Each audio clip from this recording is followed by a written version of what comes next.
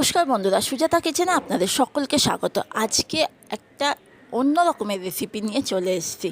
আজকে যেটা করেছি দেখো, এটা বড়ার তরকারি করেছি। আর বড়াটা কিভাবে করছি সেটাই একবার দেখো। এই বড়াটা কিন্তু ডাল আর কাঁচকলা দুরকম দিয়ে এই বড়াটা তৈরি করবো। আজকে দেখো ঘরে ছিল বড় বড় কাঁচকলাগুলো তো কোপ্তা খাওয়া হয়। আজকে ওই জন্য ভাবলাম কাঁচকলাটা দিয়ে একটু অন্য ধরনের রান্না করি। কাঁচকলাটাকে ওই জন্য আমি ভালো করে কেটে ধুয়ে নুন দিয়ে সিদ্ধ করে নিচ্ছি। আর এদিকে মুসুর ডাল ভিজিয়ে রেখেছিলাম 100 গ্রামের মতো, সেটাকে 2 ঘন্টা আগে ভিজিয়ে রেখেছি, সেটাকে একটু বেটে নিচ্ছি। আর এই মুসুর ডালটা না মিহি করে বাটিনি, কারণ আমি মিক্সিতে বাটিনি, ভীষণ মিহি হয়ে যায়, ওই জন্য সিলে 2টো পেশন দিয়েছি, হয়ে গেছে। আর একটু মানে কি বলবো, মিডিয়াম বাটলেই হয়ে যায় মুসুর ডালটা, একদম ঘন না বেটে। এবার কাঁচকলার খোলাগুলো ছাড়িয়ে নিচ্ছি। এবার ওই কাঁচকলার খোলাগুলো ছাড়িয়ে নিয়েছি। এবার যদি ভিডিওটা ভালো লাগে বন্ধুরা, অবশ্যই চ্যানেলটাকে সাবস্ক্রাইব করো, আর যারা ফেসবুক থেকে দেখছো ফলো করো।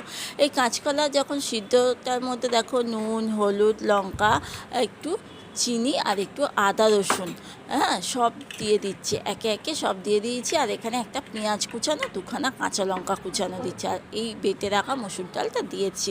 মুসুর ডালটা টেক্সচারটা থেকেই বুঝতে পারছো, খুব মিহি করে বাটিনি, ওই জন্যই সিলে বেটে নিয়েছি। এবার ভালো করে সমস্ত উপকরণগুলো দিয়ে ভালো করে মাখিয়ে এবার রাখছি। এবার আমি বড়া ভাজবো।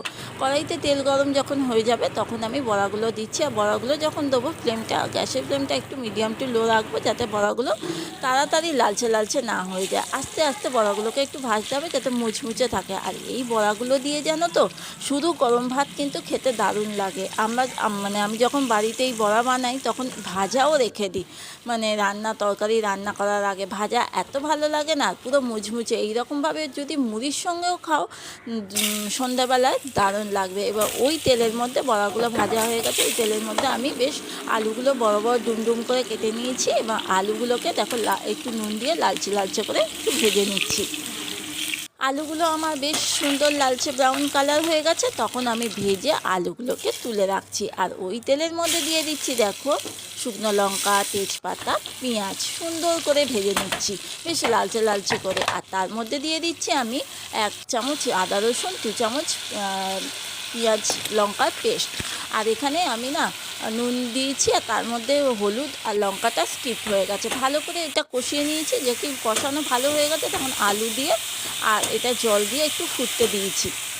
আলু আর জল দিয়ে বেশ ভালো করে একটু ফুটিয়ে তারপরেই কিন্তু আমি বড়াটা দেবো।